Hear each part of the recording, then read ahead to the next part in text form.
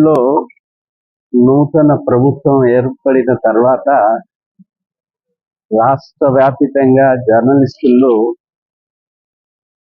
ఒక విశ్వాసమా, గత ప్రభుత్వము అమలు చేయలేకపోయిన అంశాల మీద ఈ ప్రభుత్వము అమలు చేస్తుందన్న భావన, వారు చేసిన ప్రకటనల మీద విశ్వాసంతో రాష్ట్ర వ్యాప్తంగా జర్నలిస్టులు ఉన్నారు. అందులో ప్రధానంగా ఇళ్ల స్థలాలు, ఇంటి సమస్య ప్రధానమైంది.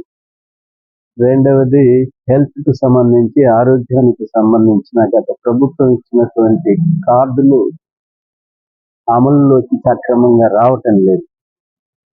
ఈ రెండు అంశాలు ఈ ప్రభుత్వం మేము తప్పనిసరిగా ఈ రాష్ట్రంలోని జర్నలిస్టుల సంక్షేమానికి సంబంధించిన చర్యలన్నీ చేపడతామని చెప్పి ఆ బాధ్యత తెలంగాణ మీడియా అకాడమీ చైర్మన్, అలాగే మంత్రి, రెవెన్యూ మంత్రి, సమాచార శాఖ మంత్రి అయినటువంటి పొంగులేటి శ్రీనివాసరెడ్డి గారు మీరు కూర్చొని చర్చించి ఏ పరిష్కారం ఇచ్చినా దాని మీద నేను సంతకం చేయడానికి సిద్ధంగా ఉన్నానని ముఖ్యమంత్రి రేవంత్ రెడ్డి గారు పలు పర్యాయాలు ప్రకటించారు.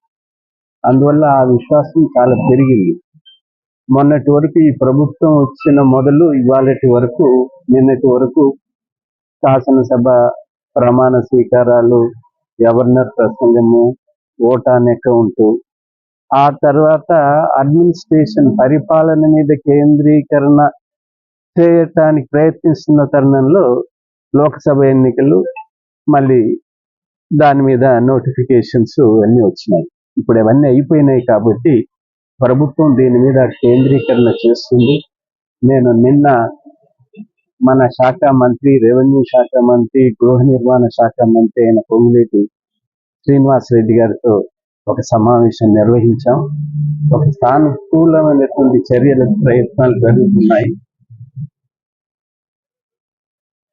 అతి త్వరలోనే ఒక విధానాన్ని రూపకల్పన చేయటం జరుగుతుంది. ఇక రెండవది అప్లికేషన్స్ కి సంబంధించి అందరికీ ఈ రాష్ట్రంలో, దేశంలో ఎక్కడ లేనంత సంఖ్యలో 24